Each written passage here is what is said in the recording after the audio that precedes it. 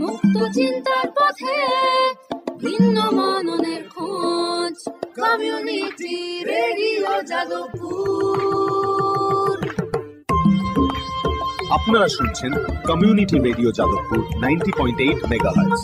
এই বেতার সম্প্রচারটি যাদবপুর বিশ্ববিদ্যালয়ের technical education quality improvement programme TEQIP-র অংশ। শুরু হচ্ছে আমাদের বিশেষ অনুষ্ঠান ম্যাটিক্স কৃষি পাঠশালা। এই অনুষ্ঠানে আমরা ভূমি সুরক্ষা এবং চাষবাসের নানান দিক নিয়ে আলোচনা করব। সঙ্গে থাকবেন কৃষক এবং কৃষি বিশেষজ্ঞরা। ভারত সরকারের রাসায়নিক ও সার মন্ত্রকের উদ্যোগে এবং ম্যাটিক্স ফার্টিলাইজার অ্যান্ড কেমিক্যালস লিমিটেডের সহায়তায় অনুষ্ঠানটি সম্প্রচার করা হচ্ছে।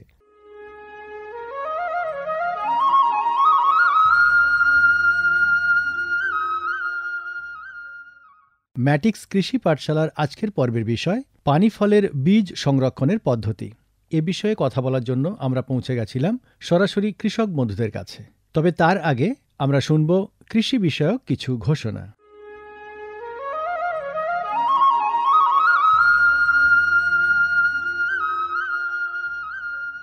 অর্থনৈতিক বিষয় সংক্রান্ত ক্যাবিনেট কমিটি তাদের ২৮ জুন ২০২৩ সভায় পিএম প্রণাম নামক একটি প্রকল্প অনুমোদন করেছে।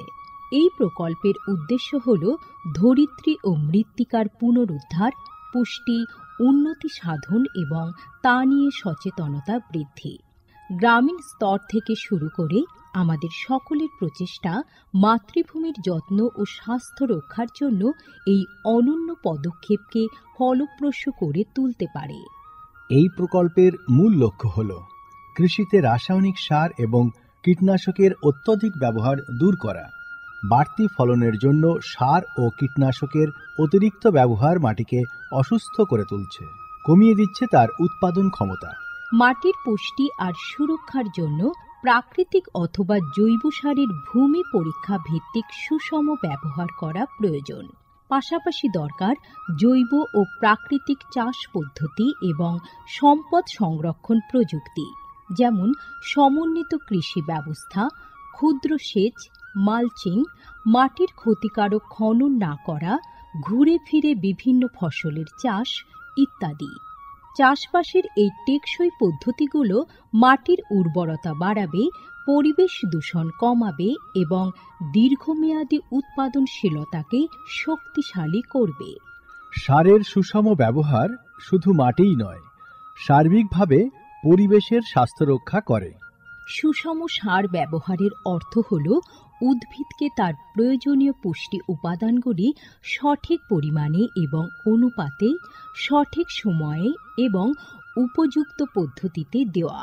সংশ্লিষ্ট রাজ্য বিশ্ববিদ্যালয়গুলি ইতিমধ্যেই তাদের এলাকায় উৎপাদিত ফসলের প্রয়োজন অনুসারে এর ডোজগুলি নির্ধারণ করেছে। সঠিক মাত্রায় সার ব্যবহার করলে ফলন যেমন বাড়বে, তেমনি বাড়বে ফসলের গুণমান। ভালোভাবে পোষিত মাটিতে ফলানো ফল, শাকসবজি ও শস্য প্রয়োজনীয় পুষ্টিতে ভরপুর আর সুস্বাদু হয়। ফলনের বৃদ্ধি আর উন্নত গুণমান আমাদের কৃষকদের জন্য নিয়ে আসবে বেশি মুনাফাও। শুধু বেশি ফসল নয়, উন্নততর ফসল আমাদের লক্ষ্য। এই কৌশলে লাভবান হবে প্রত্যেকে, আমাদের কৃষকরা, আমাদের পরিবেশ এবং সর্বোপরি আমরা সকলে।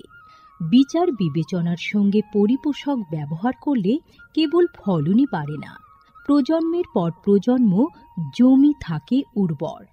সুতরাং আসুন, একটি উজ্জ্বল এবং স্থায়ী কৃষি ভবিষ্যতের জন্য আমরা সুষম সার ব্যবহারের প্রচার ও অনুশীলন চালিয়ে যাই।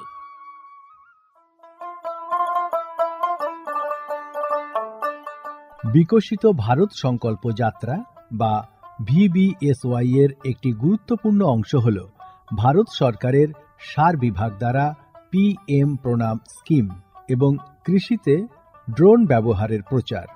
সারের সুষম ব্যবহার এবং ন্যানো সারের ব্যবহার নিশ্চিত করার কাজে সার বিভাগ বিভিন্ন সংস্থা ও মানুষকে নিযুক্ত করেছে, যেমন বিভিন্ন সার উৎপাদনকারী সংস্থা, প্রধানমন্ত্রী কৃষি সমৃদ্ধি কেন্দ্র বা PMKSK গুলি, ফিল্ড অফিসার এবং নোডাল অফিসারদের।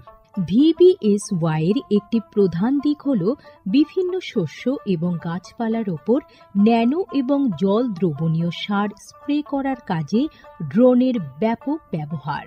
এই উদ্যোগের ফলে 29টি রাজ্য ও কেন্দ্রশাসিত অঞ্চলের বিভিন্ন জেলায় হাজার হাজার ড্রোন প্রদর্শন হয়েছে। এই পদ্ধতিটি হাতে কলমে দেখিয়ে দেওয়ায় আধুনিক কৃষি প্রযুক্তি গ্রহণের সুবিধাগুলি মানুষের কাছে আরও স্পষ্ট ও বিশ্বাসযোগ্য হয়ে উঠেছে। এই জনসংযোগ কর্মসূচিগুলি দীর্ঘমেয়াদী কৃষি অনুশীলনের সুফল সম্পর্কে নাগরিকদের অবহিত করতে একটা বড় ভূমিকা পালন করেছে। সারা দেশ জুড়ে লক্ষাধিক দর্শক ড্রোনের প্রদর্শনী প্রত্যক্ষ করেছেন। প্রচলিত ইউরিয়ার চেয়ে ন্যানো ইউরিয়ার উপকারিতা বিষয়ে সচেতন হয়ে কৃষকরা ন্যানো সার প্রয়োগে গভীর আগ্রহ দেখিয়েছেন। এই কর্মসূচির আলাপ আলোচনায় উঠে এসেছে জৈব চাষের উপযোগিতা, যা প্রমাণ করে চাষের এই সব অনুশীলনগুলি নিয়ে কৃষকদের সচেতনতা। উৎসাহী কৃষকরা কৃষিতে ড্রোন প্রযুক্তির বিষয়ে আগ্রহ প্রকাশ করেছেন। এই আধুনিক কৌশলগুলির অর্থনৈতিক কার্যকারিতা কৃষকদের নতুন দিশা দেখিয়েছে, কৃষিতে এক স্থায়ী এবং সাশ্রয়ী পদ্ধতির পথ প্রশস্ত করেছে। মাননীয় প্রধানমন্ত্রী মহিলা কিষাণ ড্রোন কেন্দ্র চালু করেছেন। এটি মহিলা স্বনির্ভর গোষ্ঠীগুলিকে ড্রোন সরবরাহ করবে, যাতে তারা এই প্রযুক্তি ব্যবহার করে জীবিকা নির্বাহ করতে পারে। VBSY প্রোগ্রামের রূপায়ণে PMKSKগুলি সক্রিয় ভূমিকা পালন করছে। একে অপরের সঙ্গে এই সহযোগিতাই আমাদের পাথেয়। বিকশিত ভারত সংকল্প যাত্রা শুধু একটি যাত্রা নয়, এটি ভারতীয় কৃষির দীর্ঘমেয়াদী এবং প্রযুক্তিগতভাবে উন্নত ভবিষ্যতের দিকে একটি গুরুত্বপূর্ণ পদক্ষেপ। যাত্রাপথে এটি জাতির কৃষিকে সম্পূর্ণ পুনর্নির্মাণ করা, উদ্ভাবনকে উৎসাহিত করা এবং সবার জন্য একটি সবুজ, আরও সমৃদ্ধ ভবিষ্যৎ নিশ্চিত করায় অঙ্গীকারবদ্ধ।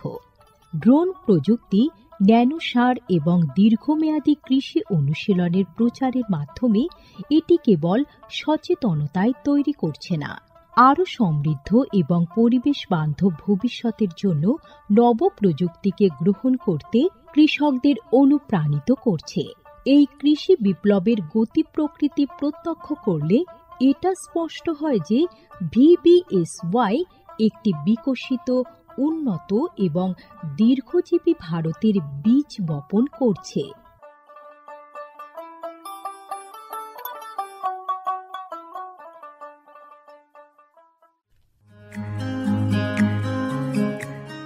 ভারতের যে সার কোম্পানিগুলি সবচেয়ে দ্রুত গতিতে বৃদ্ধি পাচ্ছে, ম্যাটিক্স ফার্টিলাইজার্স অ্যান্ড কেমিক্যালস লিমিটেড তার মধ্যে অন্যতম। পশ্চিমবঙ্গের পানাগড়ে অবস্থিত তাদের কারখানায় বছরে 12.5 লক্ষ টনের ওপর ইউরিয়া সার উৎপাদন হয়। ভারত সরকারের গ্রিনফিল্ড প্রজেক্ট হিসেবে স্বীকৃত এই কারখানায় তৈরি হয় ডক্টর ফসল। ইতিমধ্যেই যা পূর্ব ভারতের সর্বাধিক বিক্রিত ইউরিয়া সার হয়ে উঠেছে। কৃষি উন্নয়ন ও ভূমি সুরক্ষা, ক্ষুধা, অপুষ্টি ও দারিদ্র্য দূরীকরণ, গ্রামীণ এলাকা ও বস্তি উন্নয়ন, লিঙ্গ সাম্য, পরিবেশ, স্বাস্থ্য, শিক্ষা ইত্যাদি নানান বিষয়ের উপর জোর দেয় ম্যাটিক্সের CSR প্রকল্পগুলি।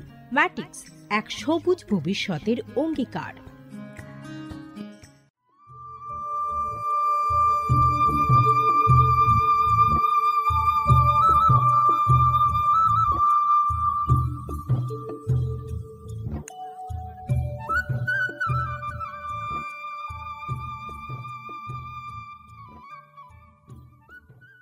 JU কমিউনিটি রেডিও 90.8 মেগাহার্টজে শুরু করছি ম্যাটিক্স কৃষি পাঠশালার আজকের পর্ব। আমাদের আজকের পর্বের বিষয় পানি ফলের বীজ সংরক্ষণ। এই পানি ফলের বীজ সংরক্ষণ সম্বন্ধে জানার জন্য আমরা চলে এসেছি সরাসরি চাষি বন্ধুর কাছে, যিনি পানি ফল চাষ করছেন বহু বছর ধরে। আপনার নাম? আমার নাম সিরাজুল হক। আপনি কত বছর ধরে এই পানি ফল চাষ করেন? আমি আজকের 15-16 বছর ধরে চাষ করছি। আর এটা শুরু করেন কোন সময় থেকে?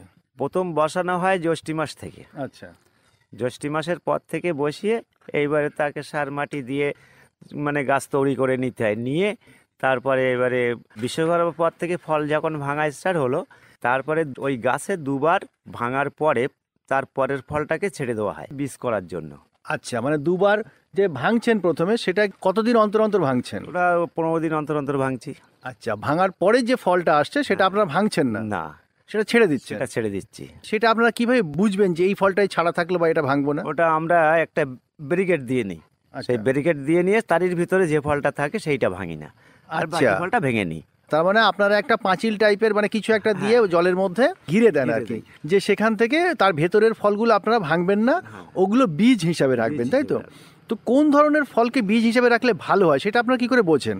ওই মোটা সাইজ যে ফলগুলো থাকবে, যে বড় ফলগুলো, সেইগুলো আমরা বীজের জন্য নিয়ে নিই। এইবারে আমরা ওই ফলগুলো বাড়ি থেকে এনে একটা মানে মাটির যে কোনো কলসি হোক যাই হোক তার ভিতরে রেখে অল্প অল্প জল দিয়ে রেখে দিই। আচ্ছা, এই যে বলছেন যে আপনি ফল তুলে এনে কলসির মধ্যে রাখবেন, কিন্তু একটু জানতে চাইবো যে এই যে দুবার ফল ভাঙার পরে আপনি ফলটাকে রেখে দিচ্ছেন, হ্যাঁ, তো গাছে এইটা কতদিন রাখছেন এবং কতদিন পরে তুলছেন? ওই অগ্রহণ মাসের শেষে তুলবো, গাছ সব শেষ হয়ে যাবে, আর ওই ফলটা ভেঙে মানে নিচে ঝুলবে ফলটা, সেই সময় আমরা খুঁটে তুলে নিব। গাছ থেকে পুরো মানে খসে যাবে ফলটা। তখন কি জল থাকে জমিতে? হ্যাঁ, জমিতে জল থাকে। কতটা জল থাকে? তখন ওই 1 হাত মতো জল থাকবে। তো সেই জলের মধ্যে পড়ে এটা পচে যাবে না? না না, ও পচবে না। আপনি তো বলছেন যে খসে যাবে। হ্যাঁ, ওই যে বোটাটা আছে গাছ থেকে, ওইটা খসে ফাতনার মতো ঝুলবে, আর ওই ফলটাকে আমরা মোটা ফলগুলো দেখে তুলে নেব। নিয়ে এবার ওইটা বাড়িতে এনে মানে কলসির ভিতরে দিয়ে একটু হালকা জল দিয়ে রেখে দেবো। আচ্ছা, এই যে আপনি আনলেন যেগুলো পরিপক্ক ফল হয়ে গেল এবং একদম শেষে গাছ মরে গেল বললেন, হ্যাঁ। গাছ মরে গেলে তখন গাছটা কেমন হয়ে যায়? তখন গাছ মরে গেলে একদম পুরো ওর মাত্রাটা কিছুই থাকবে না, একদম মাটির সঙ্গে মিশে যাবে, মানে শুকিয়ে যাবে পুরো গাছ। হ্যাঁ, পচে শুকিয়ে যাবে। এবার আপনারা ফলগুলোকে জলের থেকে তুলে আনলেন, হ্যাঁ, এনে এইবারে ওইটা রাখলাম। একটা কলসিতে রাখছেন কলসিতে বলছেন, রাখছি। মানে মাটির কলসি? হ্যাঁ, মাটির কলসি। তো সেই কলসিতে রাখার জন্য সেই কলসিটাকে কিছু কি তৈরি করতে হয়, মানে পোড়ানো বা মাজা ঘষা কিছু করতে হয় না, কলসিটা? কিছু করতে হয় না, ওইটাকে ওই ফল করা রেখে দিয়ে ওইটা হালকা হালকা একটু জল দিয়ে রাখ। কিন্তু কলসিটা যদি ছিদ্র থাকে বা কলসি ফাটা থাকে কিংবা কলসি পুরনো হয় বা নোংরা থাকে? ফাটা থাকলে হবে না, আচ্ছা, মানে ভালো কলসির দরকার। এইবারে তাকে মানে যেন জলটা হালকা হালকা ওর গায়ে ছিটিয়ে ছিটিয়ে থাকে, যেন রসটা থাকে সবসময় ফলের গায়েগুলোয়। আচ্ছা। এবার সেইটাকে যখন ওরা আস্তে আস্তে চেন ছেড়ে দিচ্ছে, এইবারে আমরা সেটা তো অগ্রহণ মাসের শেষে এনে আপনি কলসির মধ্যে দিলেন। হ্যাঁ। তো এবারে এই যে আপনি মাঝে সাঝে জল দিচ্ছেন, ভিজিয়ে ভিজিয়ে রাখছেন, হ্যাঁ। এটা কতদিন রাখতে হবে? এটা বেশি দিন না, ওই মানে মাসখানি ওইটা রাখতে হবে, মানে পৌষ মাঘ, ওই মাঘ মাস পর্যন্ত রাখছি। রেখে এইবারে ওই ফলগুলো আমরা আবার অল্প মানে পুকুরে ছেড়ে দিচ্ছি, ছড়িয়ে দিচ্ছি। আচ্ছা, মানে আবার আপনি জলের মধ্যে দিয়ে দিচ্ছেন। এবার ওরা ওখান থেকে ওই গাছ নাল গাছ যেমন ঠেলে ওঠে, ওইভাবে নাল গাছের মতো ওই গাছ ঠেলে উঠবে। তারপরে এবার আমরা সার মাটি দিয়ে এবারে গাছটাকে তৈরি করা হলো। আচ্ছা, এই যে আপনারা প্রথমে বললেন যে কলসির মধ্যে ফলটাকে রাখলেন, ওটা তারপর যখন বের করছেন তখন কি ওটা কি কলিয়ে যায়, মানে কলা কলা বার হয়? হ্যাঁ, কলা বার হয়ে যায়, মানে অঙ্কুরোদ্গম হয়ে যায়? ছোট ছোট কলা বাড়ি হয়ে যায়। আচ্ছা, তাহলে কিরকম কলা বার হলে তারপর আপনারা তুলে নেন? বেশি না, ওই শুধু মুখটা ফাটলেও হবে, কোনো অসুবিধে নেই। আচ্ছা, তো এই কলসিতে রাখার সময় কি কোনো সার টার কিছু দিতে না হয়? না, ওসব কিছুই লাগে না। পরিচর্যা কি করে করেন? কোনো কীটনাশক দিতে লাগে? ওই যখন আমরা ওই গাছটা তৈরি হয়ে যায় তখন কীটনাশক দিতে হয়। আচ্ছা, তা কলসিতে রেখে কিছু দিতে হয় না? কলসিতে রেখে কিছু দিতে হয় না। আচ্ছা, তো এইবার এই যে বীজটা আপনার কলসি থেকে বের করে আবার একটা পুকুরে দিয়ে দিলেন, তাই তো? হ্যাঁ। তো সেই পুকুরে দেওয়ার কতদিন পরে ওই গাছটা আবার গাছ হিসেবে ওটা বড় হবে? হ্যাঁ, গাছ হিসেবে ওরা বড় হয়ে যাবে, তারপরে আমরা ওই গাছ কেটে কেটে নিয়ে আবার আমরা জমিতে বসাবো। তো ঠিক পুকুরে দেওয়ার কতদিন পরে ওটা গাছ হয়? কতদিন সময় লাগে? তাহলে এই মাঘ মাসে আমরা ফেলছি, মাঘ ফাল্গুন চৈত বৈশাখ জ্যৈষ্ঠী মাসে আমরা ওই গাছ তুলে নিয়ে এবারে আমরা জমিতে 4 মাস। তো 4 মাসে যে বীজটা আপনি তৈরি করলেন সেটা ঠিক কিরকম দেখতে হয় সেটা? 4 মাসে যেমন ওই পানি ফলে গাছ যেমন হয় সেরকমই হয়ে যায়। যদি আমাদের শ্রোতা বন্ধুদের জন্য বলেন যে পানি ফল গাছের চারাটা কেমন হয়, মানে বীজটা কেমন হয় আর কি, লম্বা লম্বা যেটা বলছেন। তো ওই লম্বা বলতে ওই পানির তলা থেকে মানে নাল গাছের মতো ওরা ঠেলে উঠবে, উঠে জলের উপরে ওই গাছ ভেসে যাবে। তখন কটা পাতা থাকে? তখন ওই ছোট এরম মাথা হবে একটা, পাতা তো গোনা হয় না, ছোট পাতা হবে, টোপর টোপর টোটো পাতা হয়ে যাবে, হয়ে গিয়ে এবার গাছটাকে বড় হয়ে গেল, মাথাটা বড় হয়ে গেল, তারপর থেকে ওই গাছ এবার আবার বাচ্চা দিচ্ছে, মানে গাছ থেকে কর্মী ছাড়ছে। ছেড়ে এবার গাছ আস্তে আস্তে আস্তে পুকুর ভরাট করে দিচ্ছে। তো এই যে আপনি বীজটা পুকুরের মধ্যে তৈরি করে নিলেন, পুকুরে যখন দিলেন তখন তো গাছ হয়ে গেল, মানে হ্যাঁ, চারা গাছ তৈরি হয়ে গেল, ওটাকে তুলে আবার মূল জমিতে আপনারা রোপণ হ্যাঁ, করবেন। ওই তো গাছ কোনগুলোকে মূল জমিতে রোপণ করেন? ওই গাছই সবই ওই গাছই রোপণ করি। ও তো কিছু বাদ যায় না, না। ওতে কিছু বাদ যায় না। এই যে পুকুরে দিলেন, পুকুরে দেওয়ার পরে কি কোনো সার বা কীটনাশক কিছু দিতে হয়? সে তো সার কীটনাশক দিতেই হবে। বীজ বলতে এই যে চারা গাছটা তৈরি করলেন, তার পরিচর্যা কি করে করেন? পরিচর্যায় বলতে আমরা ওই কিছু কীটনাশক দিয়ে আর কি করে দেন? সার ওই উপরে ছড়িয়ে দিই। কোনো জৈব সার বা গোবর সার সব দেওয়া লাগে? না না না, আমরা বেশি অংশ এমপিকে এইসব দানা সার দিয়েই আমরা ওই চাষটা করি। আচ্ছা, ইউরিয়া দিলে গাছটা মানে নষ্ট হয়ে যাবে। তাহলে প্রত্যেক বছর আপনারা যে বীজ তৈরি করছেন, তো বীজ তৈরি করলে কি আগের মতোই থাকে নাকি অন্য কিছু বা খারাপ হয়ে যাওয়ার কোনো সম্ভাবনা থাকে? না, বীজ খারাপ হওয়ার সম্ভাবনা থাকে না। ওই ফলটাকে আমরা তো ক্ষেত থেকেই বাছাই করে নিচ্ছি, ভালো ফল। ভালো ফলগুলোই নিচ্ছি। ভালো ফলের যখন আমরা চারাটা করছি তখনও ভালো বেশি থাকবে। কত বছর এরকম ভাবে বীজ তৈরি করা যেতে পারে একটা গাছ থেকে? তো যত বছর থাকবে তত বছরই করা যাবে, ওই বড় ফল নিয়ে নিয়ে করতে হবে, এতে কোনো অসুবিধা নেই? অসুবিধে নেই। তাহলে বীজ আপনারা নিজেরাই করতে পারেন? নিজেরাই করতে পারি, বাইরে থেকে কেনার কোনো দরকার নেই? না বাইরে থেকে কেনার দরকার নেই। তো আপনি কত বছর ধরে এই বীজ তৈরি করেন? আমি এই তো 16 বছর হচ্ছে চাষ করছি। ফলন ভালো পান? তো মোটামুটি খারাপ না, এবারে ভালোই ফলন হয়েছে। এই যে বাড়িতে মাটির কলসিতে রাখেন বলেন, তাহলে অনেক তো কলসি আপনাকে কিনতে হয়? না না, ও তো বেশি লাগে না। আচ্ছা, দেখা যাচ্ছে যে আমি 80 পিস 100 পিস ফল রাখলাম, ওই 80 পিস ফলে আমার ধরেন 2 বিঘে জমির বীজ হয়ে যাবে ওতে।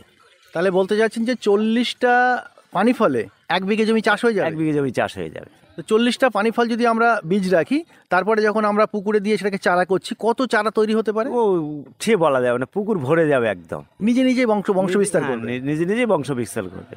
আচ্ছা, এভাবেই আপনারা বীজটা তৈরি করেন? এইভাবেই তৈরি করি। তো আপনারা যে এই যে রাস্তার ধারে জলা জমিতে এইভাবে চাষ করেন, তাতে কোনো অসুবিধা হয় না, কি অসুবিধার কি হবে, কোনো অসুবিধা নেই। তাহলে আপনারা বছরের পর বছর এভাবেই আপনারা বীজটাকে তৈরি করে তৈরি যাচ্ছেন? করে যাচ্ছে। এবং এটা খুব সহজেই করা যায়? হ্যাঁ, সহজেই করে। আর এই কাজে কি বাড়ির মহিলারা হাত লাগান? হ্যাঁ হ্যাঁ, মহিলারা হাত লাগান বলতে ওই ফল ভাঙার সময় ও মহিলাদের যেতে হয় না, তো কত পুরুষ ছেলে নিয়ে আমরা কাজ করব। এক একজনের তো 8 বিঘে 10 বিঘে 15 বিঘে 20 বিঘে করে জমি চাষ হয়। আচ্ছা, তো তাদের তো লোক দরকার, তখন ওই মহিলাদের নিতে হয়, নিয়ে সব মাল ভাঙতে হয়। আচ্ছা, মহিলারা এই কাজে আর কি কি সাহায্য করেন বীজ তৈরিতে? বীজ তৈরিতে মহিলারা কোনো সাহায্য করে না, আর শুধু ফল ভাঙায়? শুধু ফল ভাঙায়। আগামী বছরেও আপনি আবার চাষ করবেন? হ্যাঁ, আগামী বছরে চাষ করব। তাহলে এই বছর যে ফল শেষ হয়ে গেল, এখানে আপনি কিছুটা অংশ বেশ ঘিরে দিয়ে রাখলেন যে এইগুলো আমরা পরের বছরের জন্য হ্যাঁ, বীজ পরে করব, বীজ করব। এবং সেইভাবেই আপনারা পরের বছর আবার বীজ করবেন? হ্যাঁ। বেশ, আপনাকে অনেক ধন্যবাদ।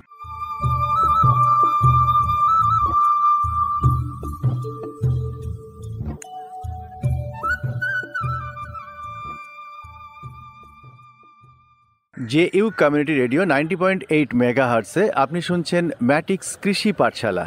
আর ম্যাটিক্স কৃষি পাঠশালায় আমরা আজকে আলোচনা করছি পানি ফলের বীজ সংরক্ষণ নিয়ে। পানি ফলের সেশন শেষ, কিন্তু তার বীজ আমরা এই সময়ে সংরক্ষণ করে থাকি। তাই একাধিক চাষির থেকে আমরা সেই সম্বন্ধে শুনছি কিভাবে এই পানি ফলের বীজ আমরা সংরক্ষণ করে থাকি। আমরা চাষি বন্ধুর কাছে চলে এসেছি, পাশেই আমাদের জলা জমি, এবং এই মুহূর্তে পানি ফল শেষ, এরকম একটা সময়ে আমরা চাষি বন্ধুর সঙ্গে কথা বলছি। আপনার নাম? মোহাম্মদ আজহার হোসেন। আচ্ছা, আপনি পানি ফল চাষ করেন? হ্যাঁ, কত বছর ধরে করছেন? আমি দীর্ঘ 14-15 বছর ধরেই করছি। আচ্ছা, মোটামুটি কত জমিতে আপনি পানি ফল চাষ করেন? আমি বিঘে 2 জমি চাষ করি। আচ্ছা, 2 বিঘে জমি চাষ করেন। তো পানি ফল তো এই শেষ হয়ে গেল? হ্যাঁ, শেষ হয়ে গেল। পানি ফলটা 3 মাস থেকে 4 মাসের মধ্যে জমিতে থাকে। এখন সেই সব জমিতে বোরো ধান, কেউ জলাশয়, কেউ মাছ চাষ করবে। আচ্ছা, তো এইবারে এই যখন শেষ হয়ে গেল পানি ফল, তারপরে তো আমাদের এই বীজটাকে সংরক্ষণ করতে হবে, এবং তার পরবর্তীতে আবার আমরা এই পানি ফলটাকে চাষে সেই বীজকে ব্যবহার করব। তো এই পানি ফল একদম শেষে আমরা কিভাবে বীজ রাখবো যদি একটু বলেন? বীজটা আমরা রাখি, যেহেতু ফল অনেক রকম, ছোট আছে, বড় আছে। ছোট ছোট ফলগুলো পেকে পড়ে যায় নিচে, জলাশয়ের নিচে। এইবারে বড় ফলগুলো বেছে বেছে এক সাইড করে নিয়ে সেই ফল থেকে আবার বীজ তৈরি হয়। ওই বীজ তৈরি হলে একটা নির্দিষ্ট জায়গায় হাপা দিয়ে রেখে দিতে হবে ওটা। আচ্ছা, একটু থামাচ্ছি আপনাকে। এই যে বললেন যে ফল পড়ে যায়, তা পড়ে যাওয়া ফলগুলো নেন না গাছে থাকা ফলগুলো আপনারা নেন? পড়ে যাওয়া ফলগুলো খুব একটা নিই না, গাছের থেকে ভালো বীজটা রাখলে সেটা ভালো ফল পাওয়া যাবে, কিংবা ফলটা বড় হবে। আর পড়ে যাওয়া বীজটা অনেক জায়গায় দেখা যাচ্ছে পাওয়া যাবে না, ছোটো হবে, বড় হবে। বড়গুলো নিই, ছোটোগুলো নিই না। তো তো যে ফলগুলো একদম শেষের দিকে বড় বড় ফল সেগুলোকে আপনারা রাখেন, সংরক্ষণ করেন। জি। তো এবারে বলেন তোলার পরে সেটাকে কি করেন? সেটাকে ওই কাদা করে সেখানে বসিয়ে দেওয়া হয়, যেরকম বীজ করে। এবারে 1 মাসের মধ্যে অনেকেই চারা বেরিয়ে অঙ্কুর ছেড়ে। এখন কিরকম পরিস্থিতিতে আছে এই বীজগুলো এখন ওই 2-1টা ফুটে বেরোচ্ছে, 2-1টা এখনো ফুটেনি। ওগুলো জমাট হতে এখনো 1-1.5 মাস যাবে। মানে আপনারা বীজটাকে তোলার পরে কি অলরেডি আবার মাটিতে বা কাদার মধ্যে বসিয়ে দিয়েছেন? হ্যাঁ, কাদার মধ্যে খুঁটে বসিয়ে দিতে পাই ধরে। সেটা কোথায় বসিয়েছেন? ওই খেতেতেই, পানি ফল খেতে পানি শুকিয়ে গিয়ে চতুর্ধারে আল দিয়ে সুন্দর করে যেরকম বীজতলা করা হয় ওই ভেবে বসিয়ে দেওয়া হয়। তো আপনি 2 বিঘে জমিতে যে চাষ করেন তার জন্য কতটা জমিতে আপনি বীজতলা তৈরি করছেন?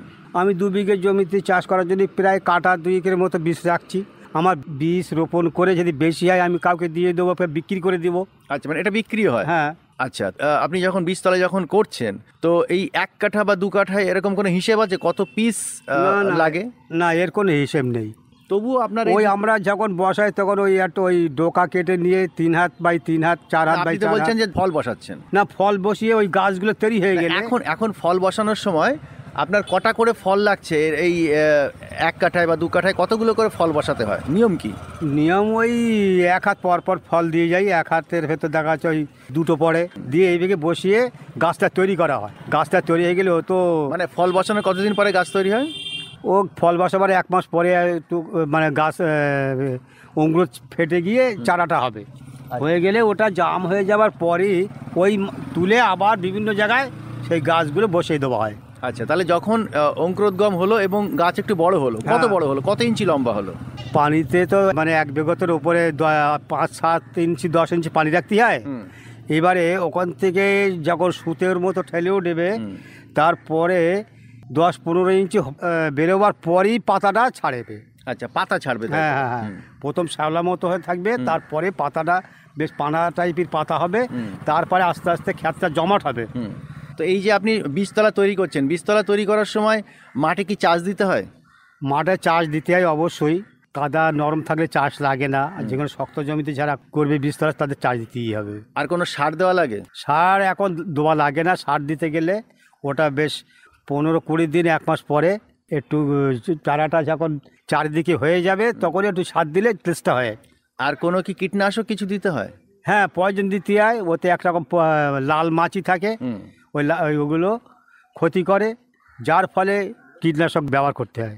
আচ্ছা, তো এই যে আপনি বীজতলা তৈরি করেছেন সেখানে আপনি এখন রোপণ করেছেন এবং সেই চারাগুলো ছোট ছোট করে এখন বার হচ্ছে অঙ্কুরোদ্গম, এবং এরপরে যখন বলছেন যে পাতা ছাড়বে তারপরে ওখান থেকে ওগুলো তুলে নেবেন?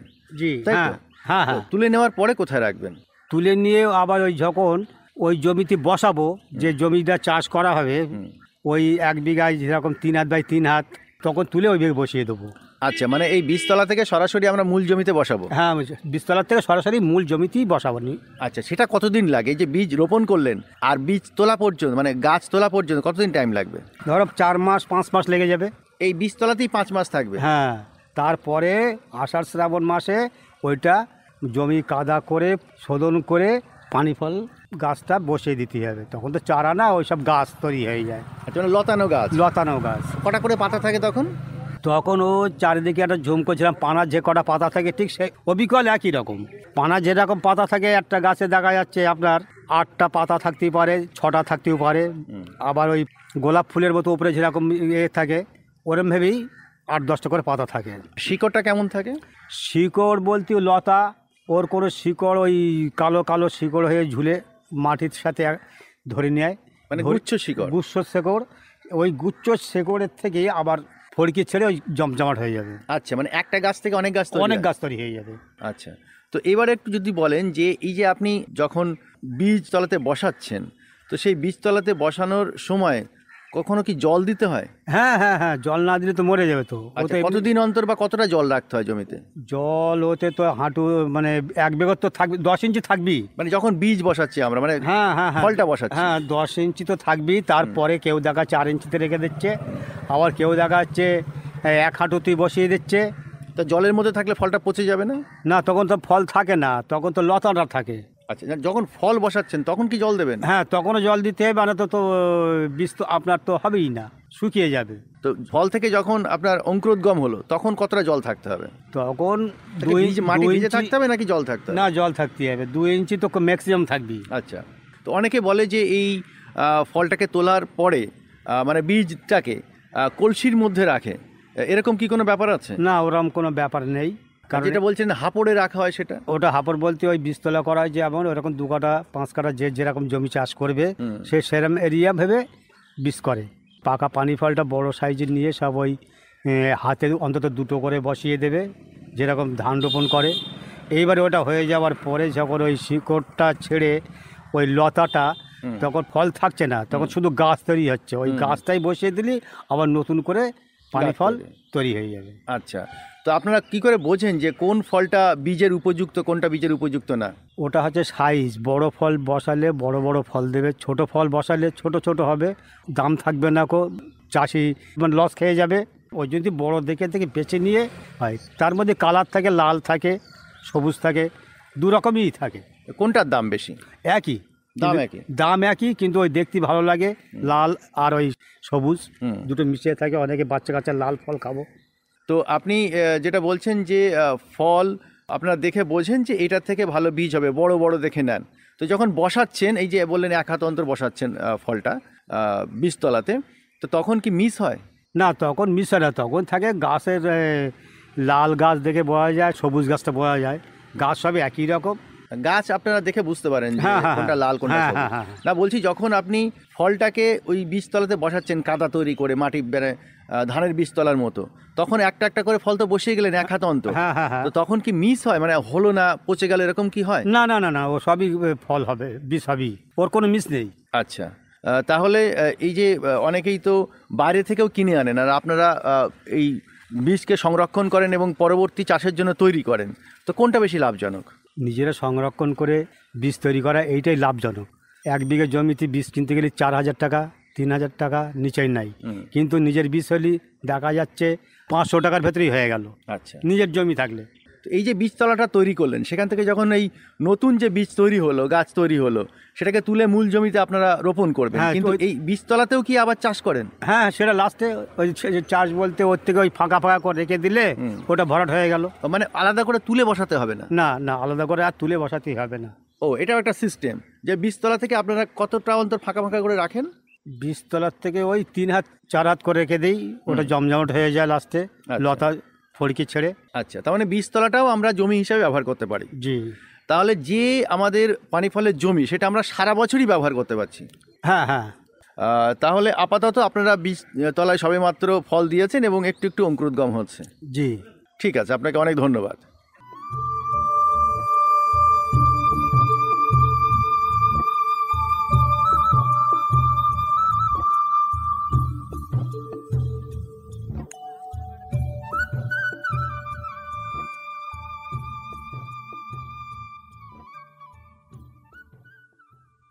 এতক্ষণ শুনলেন আমাদের বিশেষ অনুষ্ঠান ম্যাটিক্স কৃষি পাঠশালা, ভারত সরকারের রাসায়নিক ও সার মন্ত্রকের উদ্যোগে এবং ম্যাটিক্স ফার্টিলাইজার অ্যান্ড কেমিক্যালস লিমিটেডের সহায়তায় অনুষ্ঠানটি সম্প্রচার করা হলো।